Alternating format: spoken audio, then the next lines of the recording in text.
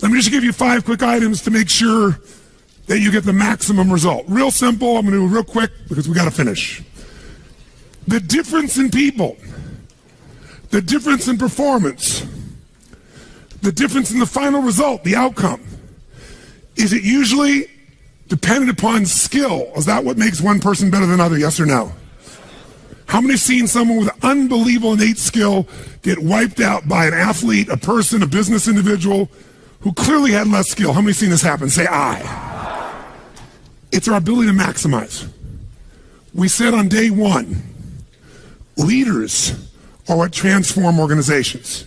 You want to grow this company? You want to transform this company? Leaders do it. A leader doesn't mean everybody else follows you. It just means that you have a higher what? A higher standard than anybody else does. What will make you the leader is when you have a higher expectation, not of other people. Anybody can do that. Of whom? Of yourself.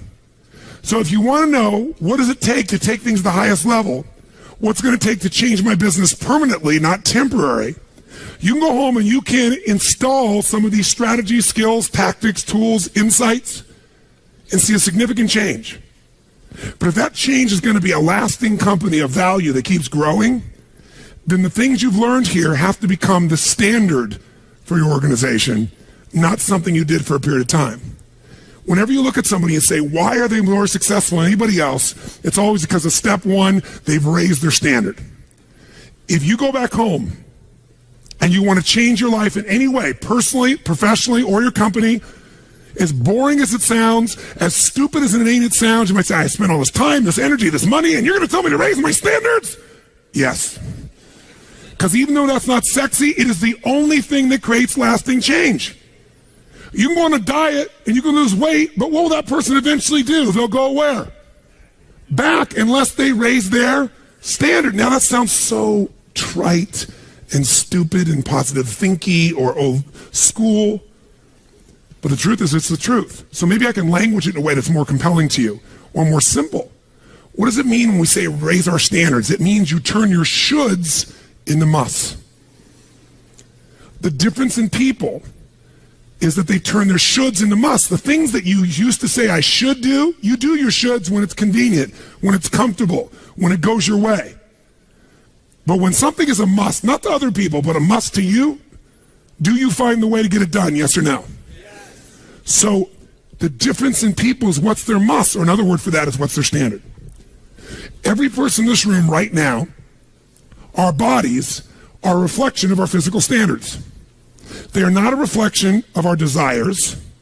Most people have a desire for more energy or a better body or a stronger body or a more fit body. We don't get our goals, we get our musts. The ones that are the musts become how you are. And guess what? It shows up in your rituals. When it's a must, you have different rituals, different things you do consistently when you must have your body a certain way than you should or you'd like to or you ought to. How many follow what I'm talking about here? Say aye. So whether we want it or not, the only way to change your body long term is change what the must is for you. Now, I'm not telling you what it should be. Who the hell am I? I'm just saying maybe it's time for you to take a look. Because many times you set the standard a long time ago, or you lost the standard completely because most of us base our standards by our environment. Who you spend time with is who you tend to become. So if everybody around you is gaining a little weight, or everybody around you is constantly tired, after a while, even if you had high energy, you don't want to make fun of them or tease them or make them feel bad. So gradually, subconsciously, you lower your own standard just a little bit. And that little bit is that old metaphor, overused but true. You take a frog and put him in boiling water, what's it going to do? Jump right out. But if you put him in and turn the water up real slowly, over time, it'll boil to death. That's most people's lives, isn't it? And it's usually because you haven't remembered the power of who you spend time with. Who you spend time with is who you become. So one of the things that's great about this 5 days is you found people from all over the world who are all absolutely committed to go day and night, night and day, literally, sometimes with food, sometimes without, but whose standard was, I'm here to maximize who I am, what I'm about, what I'm going to take home, what I'm going to create. That raises your game. Remember, play against somebody you're better than, your skill's going to go down. Play against somebody better than you, just to stay on the court, the game has to go up. Want to change your life? Raise your standard. Want to raise your standard the most? Get around where it's better. Surround yourself with people playing the game much higher than you are. So just to be around them, your game has to rise. That's part of what we try to do. When we come into a company, we create that by raising the standard amongst them. Or you got to do it by yourself, but you got to do it. How many agree with me on this? Say I. And it starts with whom? It starts with us. So raise the standard. I remember when I met Michael Jordan for the first time, and it was while he was still with the Bulls. And I asked him, I got a chance to do some coaching, a bunch of people, and I think I introduced him because of this. And I said, Michael, I said, how is it you do this? I mean, you're the best that's ever lived at this stage. Got to ask the same question of Wayne Gretzky. And interesting, Wayne Gretzky, I had read someplace and he gave me the same answer. I asked him the same thing. You're not the fastest. You're not the strongest. You're not, you don't, how is it you're the great one when you're not the fastest, the strongest, the quickest? And he said, well, Tony, I appreciate the compliment, but he said, I think one of my advantages is most people skate to where the puck is, and I skate to where the puck is going. The power of what? Anticipation. He knows the pattern. With Jordan, his standard was, I asked him, he said, Tony, everybody, I said, what makes you the best? Is it natural ability? Is it talent? Is it skill? Is it God-given? Is it strategy? What is it? He said, Tony, I think I can say this to you without it sounding like hyperbole. He said, I have got unbelievable natural skills. But he said, study my history and you'll know why I am who I am. I did not make the high school varsity team when I was a sophomore in school. High school, I got cut. He said, I had a lot of natural talent, but the greatest gift of my life was a coach who said, you're not on the team. And I looked at him, I laughed at him. I said, you got to put me on the team. I'm the most talented guy out there. He said, no, you're not. He said, you have a lot of natural talent, but you have no heart, no absolute commitment, no real drive. You're not on my team. And it just crushed him. And finally he negotiated and he said, look, you want to be on my team next year? Simple. Meet me every morning before school for a one-on-one practice, and I'll take this raw talent and I'll teach you discipline. I'll show you how to raise your standard. And if you show up the whole year, I'll guarantee you a spot next year. And if you don't, probably the same outcome's going to happen when you try out next year. He couldn't believe it. And guess what? Most people don't know. Michael Jordan got up every morning and drilled and drilled and drilled and didn't get to be on the team. And next year he was on the team, and he was not only good, he was great.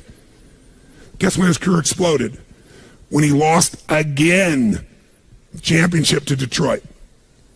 And he was on the bus. He said he was crying in the back of the bus, physically crying, pissed off at all the other players that they hadn't done their job. And something inside of him snapped and realized, crying, whining, blaming everybody else is not the problem. I need to raise my... Because he realized that's what did it for him originally. And you know what he did that year? He lifted weights like never in his entire life. He decided he was going to dominate every person, every floor, every place, every spot in the country. He's going to be stronger than anybody. He practiced like he'd never practiced in his life. And oh, by the way, he won how many NBA championships? How many in a row? 3. Retired, came back and won how many in a row? 3. Never anybody in history would even dream of such a thing, especially after retirement. That's the power of raising your standard. But guess who he competes with? Michael told me one time, he goes, Tony, if I competed with other people, I wouldn't be who I am.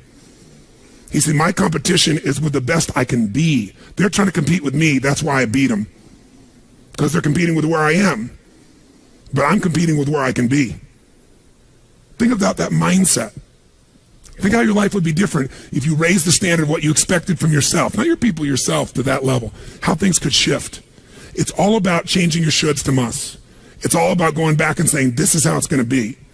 It's like when Gary Vee was here and guys were saying, man, I'm working so hard, man. I work from 9 to 6. He goes, yeah, what are you doing from 8 to 2? 8 p.m. to 2 a.m. That's when you master your craft. I always say to people, it's what you practice in private that you'll be rewarded for in public.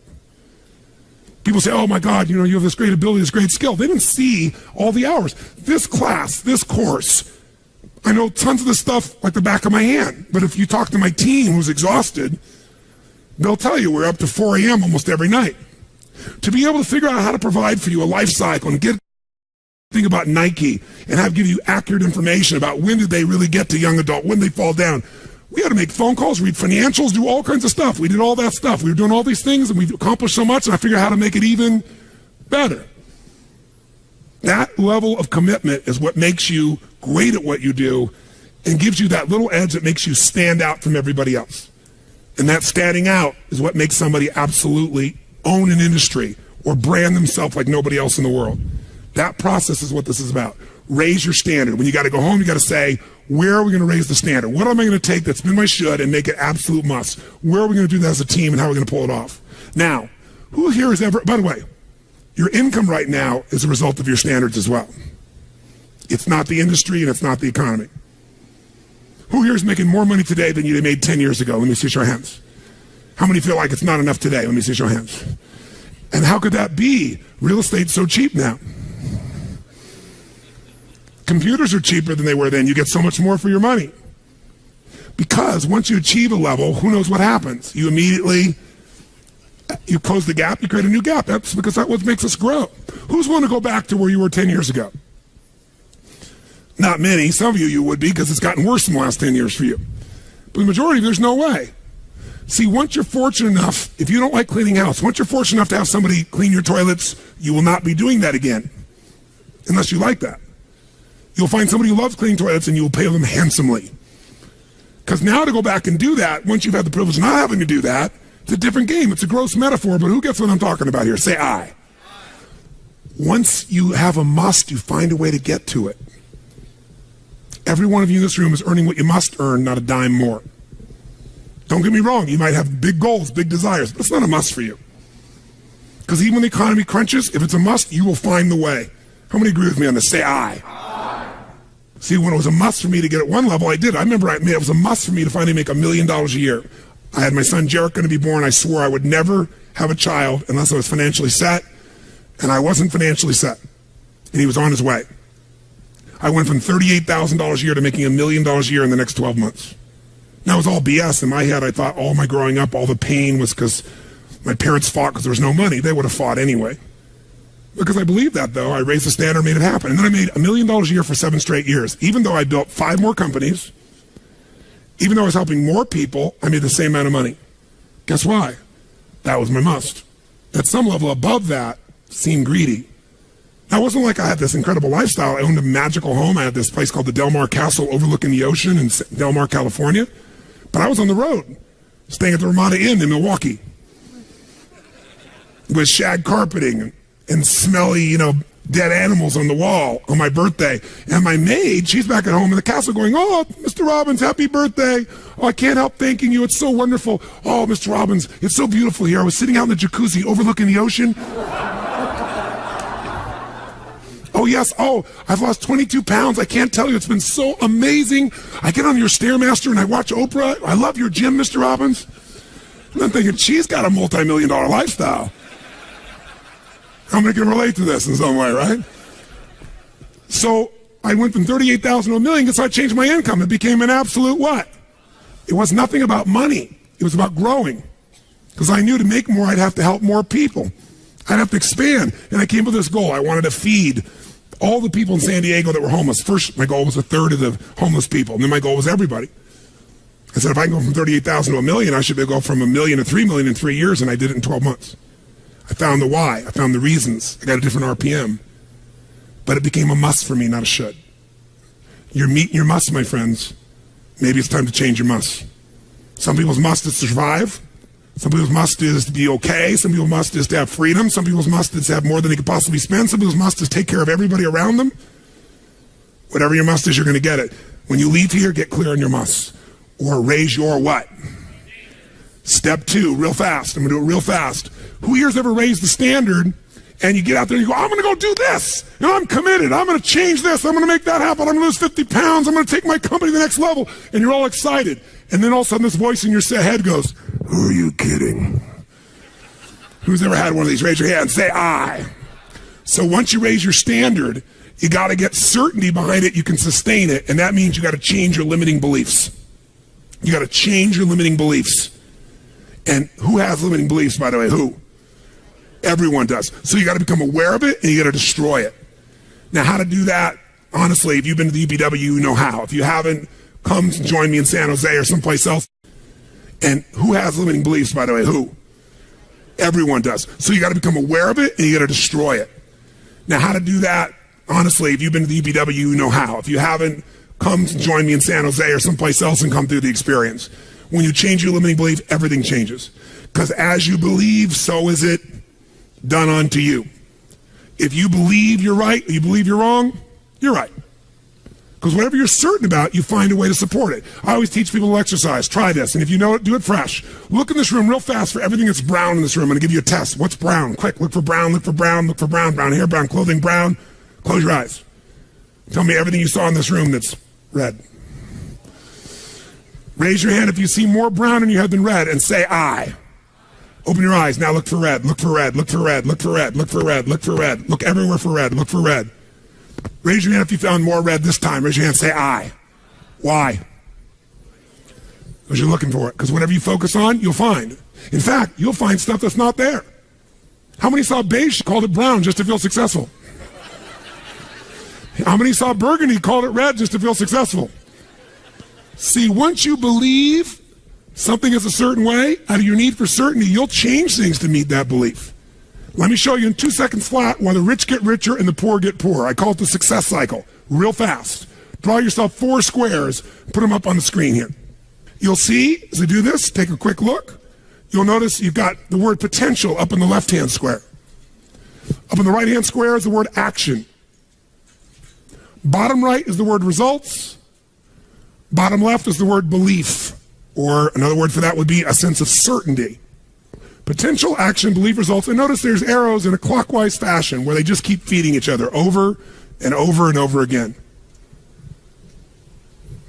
So again, it's potential, action, results, belief, or another word for that would be certainty. Now, do you ever notice how rich people tend to get richer and poor people to get poorer? And I don't just mean rich in financial terms. I mean people that are rich emotionally. Do you ever notice how happy people tend to get happier? And depressed people tend to get more depressed? How many found this to be true? Say I. It's because the power of momentum and what I'm about to show you. So let me show you something here. What's the potential of any human being? You tell me, quick. Unlimited. Do most people's results reflect that true potential? Yes or no? No way. Why? Because most people aren't taking enough what? But is it possible to take a lot of action and still get lousy results? What if you got a salesman that works for you and they walk out and they knock on 100 doors and they say, you wouldn't want to buy anything from me, would you? Or they don't say that verbally, but they say it non-verbally. Is that going to affect their results? Yes or no? So it's not enough even to take enough action, because when we believe it's not going to work or we're uncertain, does that affect how much of our potential we tap? Yes or no? See, if you don't think it's going to work, you're not going to put out a bunch of your energy when you think it's going to fail. And by the way, when you're not sure, you tap little potential. Do you take little or a lot of action? When you're not sure, when you think it's not going to work, you take massive action or little action? Now, when you take little potential with little action, what kind of results do you get? Little lousy results. And when you get lousy results, what does that do to your belief? You go, see, I told you it wasn't going to work. Told you it was a waste of time. And then, by the way, when you have less belief, how much more potential do you take? More or less? If it's possible, you tap less potential, more or less action. Less. And what happens to your results? They get even what? And now they got worse results. What's that do to your belief? And by the way, now you see the current economy. Isn't it true? Everybody out there is going, oh my God, the results are so bad, it's going to get worse in the future. So I better pull in my horns. There's less potential. So I'm not going to push as hard. I'm not going to take much action. Oh my God, I'm getting lousy results with little potential of action. Oh my God, it's going to get worse. That's what creates a recession, depression, whatever you want to call it. How do you change that? By the way, can it work the opposite direction? What would happen if something inside you gave you so much certainty inside of you that you felt absolutely certain that recession was your friend? That the worst economy for you was the greatest time on earth, that all you had to do was manage your state and apply your fundamentals and immerse, stay coached so you don't get off target, keep taking action, and you could own your business and you go to other people's businesses. How many believe that, by the way, now? Say I. When you have that kind of certainty, are you going to use more of your potential when you go home or less? Which one, my friends? Are you going to take less or more action? When you are certain and you use lots of your potential with massive action, what kind of results do you get? Massive action gets massive results. What kind of belief do you get now when you get better results? You go home, you use your core story. You go home and you take one of these techniques, you get a different response. You go home and you stimulate a new source of profit or income. You go home and you add a service. You go home and do anything. And it works. Your brain goes, yeah, it works. Now, by the way, at Home X, we went in there. Thank God we went in there because they took our stuff and it looked a beautiful, magical time. But what you got to do is you got to manage this process. In order to do it, you got to change your limiting beliefs. And this week has been about doing that by giving you so many tools and examples that you'd be immersed. But I promise you when you go home, all this is going to be tested. A, because all the stuff that's waiting for you after being gone for 5 days. B, all the people there you work with, their limiting beliefs, whether you have one employee or two because you're an army of 1 or 2 people, or whether you got 10,000. And so you have to be able to implement. This, by the way, I'm not here to sell you, bring us in if we can help. Do you think we could help? Yes or no? Yes or no? Bring us in and we'll do it. Or get your team together and find a way to make sure this momentum goes in the right direction. Make sense? This is the must. If you have this high standard, but you don't really believe because the momentum's in the wrong direction, having the tools will be worthless. That's where certainty. That's where everything else we teach, that's what I do in my events, that's where you guys have been there before, that's what you got to bring to the table. What are the 5 keys for integrating this? Number 1, you got to go home and raise your what? Come on, guys, raise your what? Which means turn your shoulds into. Step number 2, you got to go out and change your limiting what? Find anything that's limiting you and destroy it. What's the fastest way to destroy it? You can do it very quickly by producing the results in your mind over and over again. Or, why do you think I get people to walk on fire? Because they think it's impossible. When they walk in this fire, mentally you might say, oh, I can do it. But when they get in front of that fire and it's 2,000 degrees burning hot coals, it gets their full attention. And suddenly they have a state change. And when you get yourself in a state where you can storm through fire, it's not about fire walking. The state you're in to get yourself to walk across fire is the metaphor for anything that used to stop you, the fire of your life. And by the way, when you cross fire, and you're on the other side doing something you once thought was difficult or impossible, it's that easy, your brain goes, what else can I do that I thought was impossible? It's unbelievable. It's not intellectual, it's emotional. Plus, after firewalking, cold calling is not a problem. You get the idea, ladies and gentlemen? All right? So what we're really talking about here is changing your beliefs. Now, here's the 3rd key. If you're going to get maximum results, you got to model what works. We brought you for 5 days and nights here models of what works. Go back and get them. Now here's where the challenge is. How many got tons to do in your normal list of things to do when you go home? How many got a lot to do? Say aye. How many have a lot of outcomes you got to go after? Say aye. How many have the same amount of time you had before? Say aye. So in your business, if you need something to get done, you get it done because it's an absolute what? Or you hire someone to get it done. Hire us, hire someone else, get somebody inside. But are these things you're going home with musts or shoulds? Which one? Do whatever it takes. You say, I don't have the money. You don't have the money not to. Forget us. Hire somebody as an individual who knows what they're doing and put them in there. Leverage yourself. The only way you're going to get the game bigger is by taking a little bit of what, my friends? Risk. But that means get yourself some resources.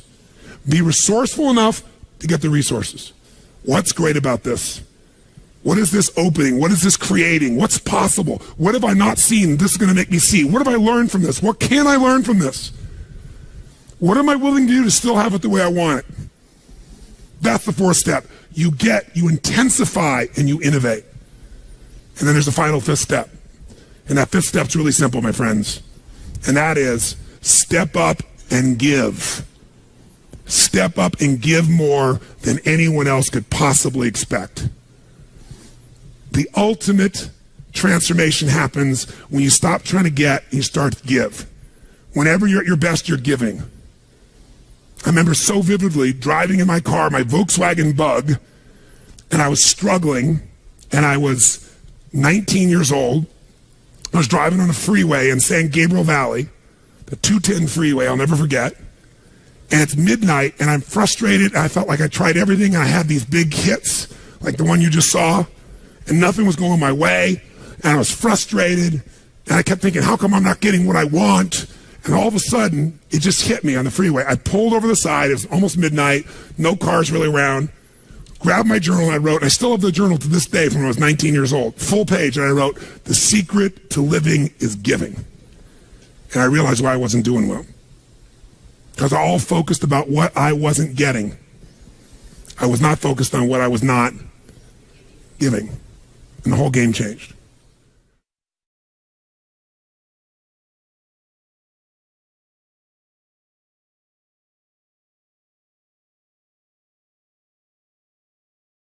Hey, it's Tony Robbins here in Fiji. Listen, I just wanted to reach out to you because if you're a business owner, most people get into business with this incredible desire and passion to take something they dream about and make it real. And yet so few really achieve the kind of success that they really want. For many people, it becomes something they love, but it's a big job. What I mean by that is, they often get into business with this idea that I'm going to create this lifestyle or sense for my family, maybe a great deal of freedom, a lot of free time. How's that working for you so far? In the world we're in today, if you're looking for free time and you just got into business, that's like saying, I'm going to have a child so I can have more free time. Today, the world is more competitive than any time in our history, and it's not hard to see that we're living in what they call interesting times. Whether it be here in the United States, we've seen a downshifting economy, or whether it be in Europe where, I just read the Forbes article recently that talked about the euro crisis is 10 reasons why it's not going away. We're going to be dealing with some challenging times, what I would call economic winter, for a period of time here. Now, winter doesn't last forever. We all know that. But if we delude ourselves and think that times are going to get easier before they get harder, I think we're going to have some real challenges. And there's a reason. If you're a business owner, that's why I'm reaching out to you. I have a passion for what you do. I feel like we're brothers or sisters on the path, as corny as that may sound, because my entire life has been finding a way to add value to people's lives and create things that make a difference. We're here in Namale with Resort and Spa. It's the #1 resort and spa in the country. I started out purchasing this thing, it was just this tiny little backpacker's place with 4 little units. And now we're also rated in the top 10 resorts and spas in the entire South Pacific. So those decisions are not made by me by promotion. Those are made by guests that come from all over the world and vote for us. I found a way to be able to take any industry, whether it be education and coaching, whether it be the business I do with Twin Labs, the nutritional business, whether it be what we're doing here in the area of hospitality, and be able to show you how to get an unfair advantage, a competitive advantage, a huge advantage. But if you don't know certain things, and I didn't know them along the way, it can be brutal. You find yourself in those, you-know-what moments, like how do I keep things going? How do I turn it around, even when you've been successful? The reason I relate to you, besides building dozens of businesses over the decades, many people got into business not just to make money. They got it because they had something they believed in, they're passionate about, and yet the results are pretty daunting. Before the world economic crisis, the statistics were really interesting. I'm sure you know half of businesses that start are gone within the first year.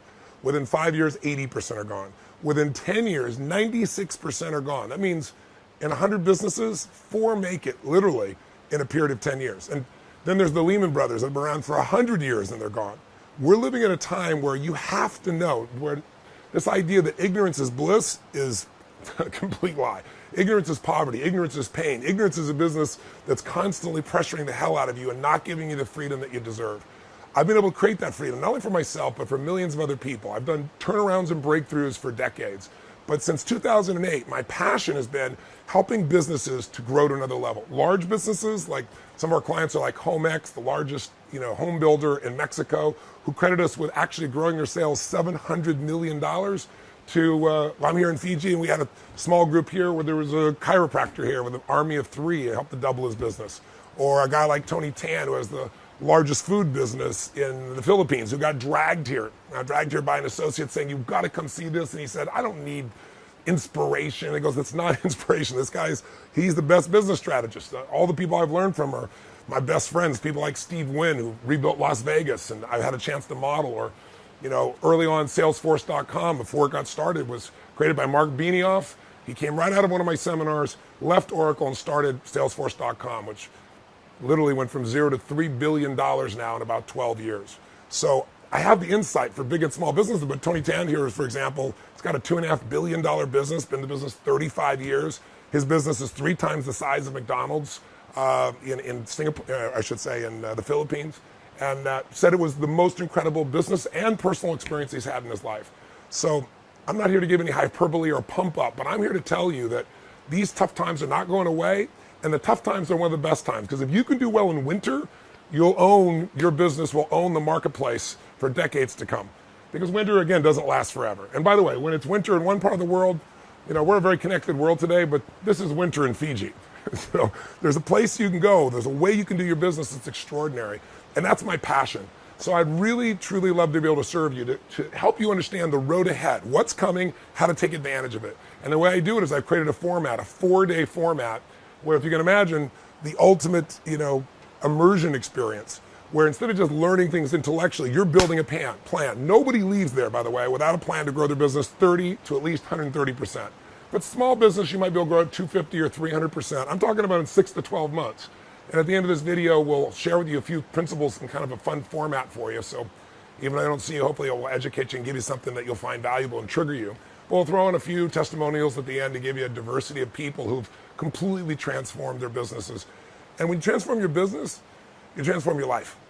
I mean, think about how many hours a week do you spend on your business? For most people, they spend more time on their business, unfortunately, than they do with their kids. More time in their business than they do their intimate relationship. For many of us, your business is an extension of you. It's part of your identity. It's your child. Whether it be a big, medium, or small business, doesn't matter. And when things aren't going well there, there's stress inside of you. But when you can learn how to take these 7 forces that help you to master a business and do really well in them, in each of them, and you make it a real simple system, then you keep growing. You think about it, most people are good at certain things. Like maybe you're a great marketer, or you're really good at sales, or you're great at writing software, or delivering a certain kind of service. But business has many different elements. So I'm going to step out of this little video in a moment, and I'll share with you a rant I went on one day. I was with a group of business owners, and big, small, medium, and they were having challenges, and I was trying to show them, yeah, you're doing great in marketing, but the reason you've got this big hole in your business is look what's happening over here. You don't spend any time on your accounting. And I know that sounds boring, but I can show you in a few hours, if you know nothing about accounting, how to run your account instead of having run you. How many times have you had the experience maybe in so many businesses, I know I have, in the early days of my life where I was running my business, it was going so well, I was going to have this huge profit at the end of the year, and I didn't realize profit's a theory. Profit's not the same as cash. If you ever come to the end of the year with a big profit and said, where's the money?